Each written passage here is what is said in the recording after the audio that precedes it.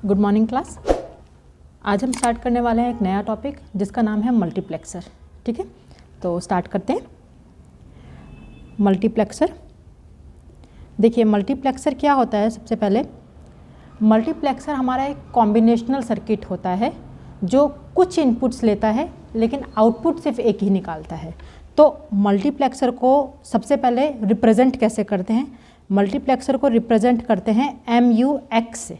ठीक है, मल्टीप्लेक्सर बहुत लंबा वर्ड है तो इसको शॉर्ट में रिप्रेजेंट करना हो तो आप MUX से इसको रिप्रेजेंट कर सकते हैं। ठीक है, अब अगर मैं एक ब्लॉक डायग्राम की हेल्प से आपको समझाना चाहूँ तो एक ऐसा सर्किट जो कुछ इनपुट्स लेता है लेकिन आउटपुट सिर्फ एक ही निकालता है, वो कॉम्बिनेशनल सर्किट हमारा मल्टीप्लेक्सर कहलाया जाता है। आप इस बॉक्स के अंदर मल्टीप्लेक्सर लिख सकते हैं। ठीक है, अब रही बात कि ये कितने नंबर ऑफ इनपुट्स लेता है और कितने हमारे आउटपुट्स देता है। ठीक है, इम्पॉर्टेंट बात ये है मल्टीप्लेक्सर की। तो देखिए मल्टीप्लेक्सर की एक खासियत होती है कि वो हमेशा 2n की फॉर्म में इनपुट्स लेता है और आउटपुट हमारा 1 देता है। हमेशा याद रखिएगा, आउटपुट हमेशा हमारा जो है वो 1 आएगा, चाहे वो कितने भी इनपुट्स हों, आउटपुट हमेशा हमारा 1 ही रहेगा। आउटपुट आपका चेंज नहीं होगा मल्टीप्लेक्सर में। और इनपुट जो है हमारे वो 2n की फॉर्म में काम करेंगे। अब 2n मतलब ये कि n की वैल्यू पे हमारा डिपेंड करेगा कि हमारे इनपुट्स कितने होंगे। फॉर एग्ज़ाम्पल अगर हम बात करें तो अगर मेरा n की वैल्यू सपोज़ 2 है तो 2 कितना हुआ? 4। इसका मतलब 4 हमारे इनपुट्स होंगे और 1 हमारा आउटपुट होगा। 4 हमारे इनपुट्स होंगे और 1 हमारा आउटपुट होगा। सिमिलरली अगर मैं यहाँ पे इस 2 की वैल्यू 3 कर देती हूँ तो हमारा क्या आ जाएगा? 2 की पावर 3 = 8। तो हमारे 8 इनपुट्स हो गए और 1 हमारा आउटपुट हो गया। ये हमारे इनपुट्स हो गए और ये हमारा आउटपुट हो गया। ठीक है, तो ये बात हमेशा ध्यान रखेंगे, इनपुट्स हमारे 2n की फॉर्म में चलेंगे और आउटपुट हमारा हमेशा 1 रहेगा मल्टीप्लेक्सर में। सबसे पहले तो आप ये बात ध्यान रखेंगे। अब मल्टीप्लेक्सर को रिप्रेजेंट कैसे करेंगे? देखिए हमेशा इनपुट ...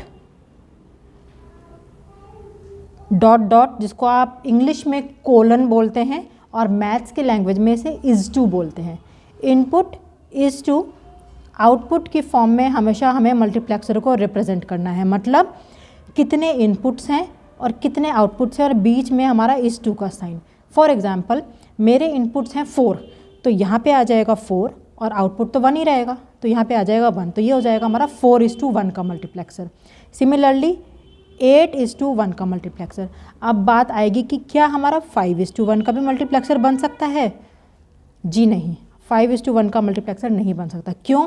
क्योंकि 2 की पावर n में हम n की कुछ भी वैल्यू करेंगे हम इसको =5 नहीं ला सकते, ये पॉसिबल नहीं है। तो इसलिए इनपुट आपका 2n की फॉर्म में चलेगा हमेशा। अब ये देखिए, ये मेरा एक मल्टीप्लेक्सर है। अब इसको मैं अगर लिखना चाहूँ तो ये देखिए इसी के अंदर हम लिखेंगे, ये हमारा 4:1 का मल्टीप्लेक्सर है। कई लोग इसे इस तरह से रिप्रेजेंट करते हैं, आप इसे इस तरह से रिप्रेजेंट भी कर सकते हैं या फिर इसको आप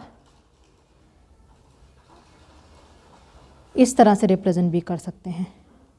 दोनों तरीके सही हैं। बीच में आप कोलन का साइन लगाएं या फिर क्रॉस का साइन लगाएं। ठीक है, लेकिन इनपुट्स और आउटपुट्स इतने लेने हैं आपको। अब देखिए इसमें मैं क्या करती हूँ, आपको एक फ्रेश बना के दिखा रही हूँ, उसके बाद बताते हैं।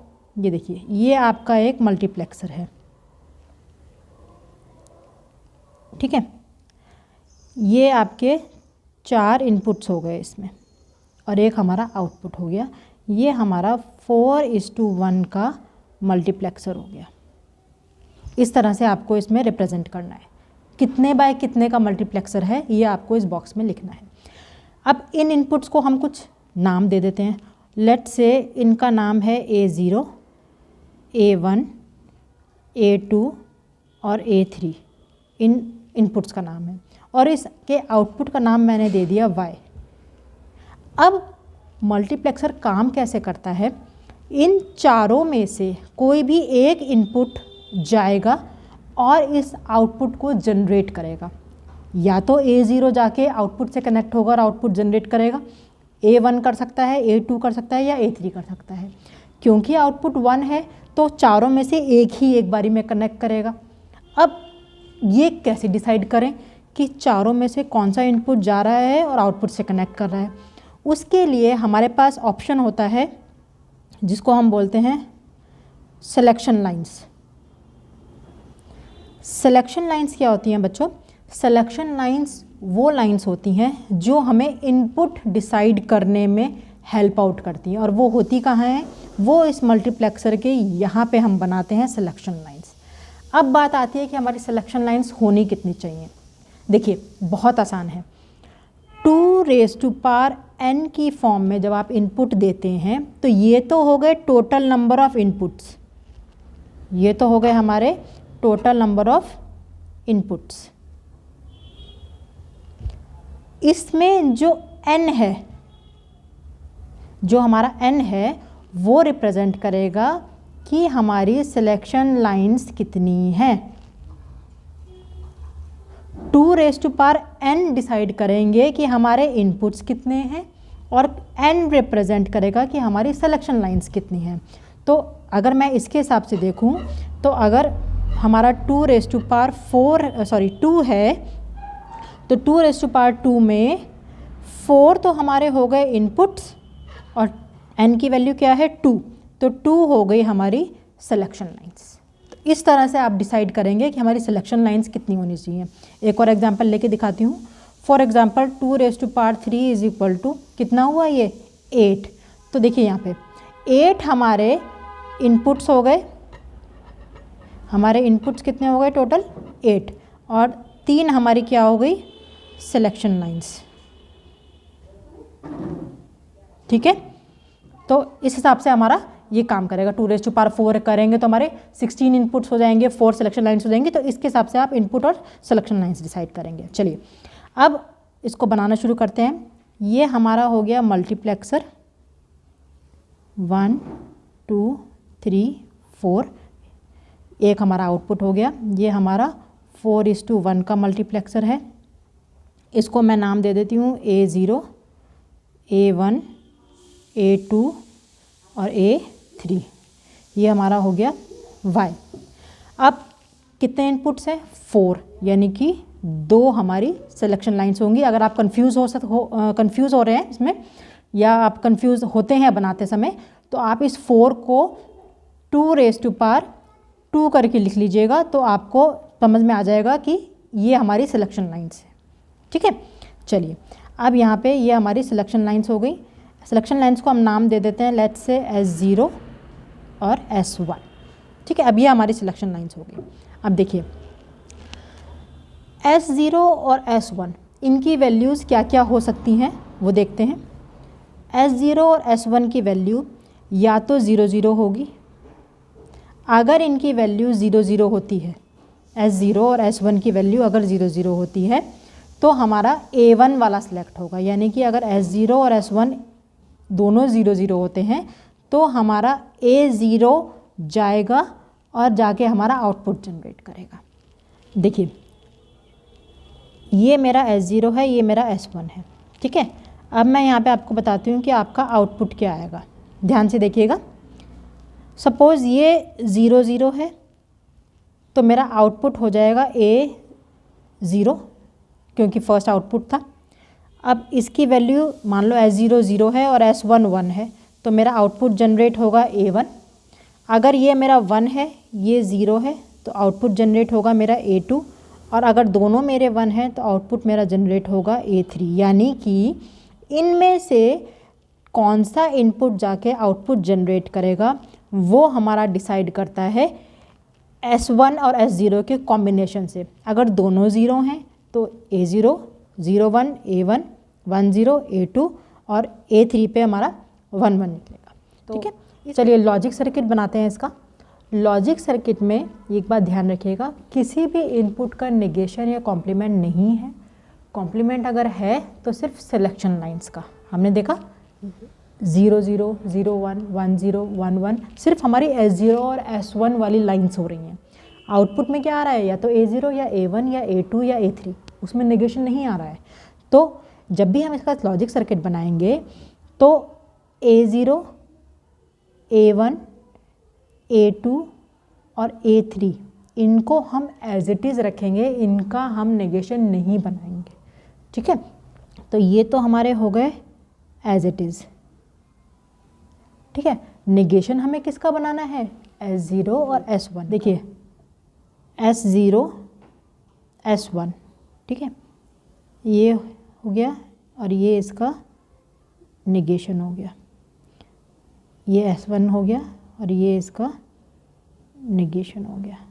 ठीक है, अब इसको बनाना शुरू करते हैं, ध्यान से देखिएगा।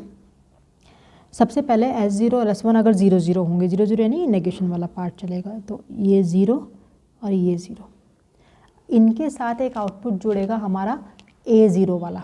ठीक है, A0 हमारा डायरेक्ट आउटपुट आएगा, इसमें से नहीं आएगा क्योंकि वो हमारा 4 हमने इनपुट्स लिए थे, जो A0, A1, A2 और A3, ये वो वाला हमारा इनपुट है। तो ये हमारा जो इनपुट आएगा ये हो गया हमारा A0 वाला इनपुट। ठीक है, इन तीनों को हमें एक एंड गेट में लेना है।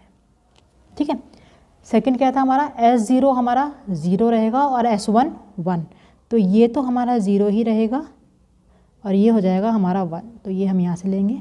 और जो तीसरा आउटपुट हमारा था वो हमारा हो जाएगा A1, ये वाला तीसरा हमारा आउटपुट जो है, तो ये हो गया हमारा सेकंड गेट। ठीक है, थर्ड हमारा 1 0, यानी कि यहाँ से 1 और यहाँ से 0, और थर्ड कौन सा इनपुट था हमारा, A2, अगेन एक एंड गेट में जाएगा।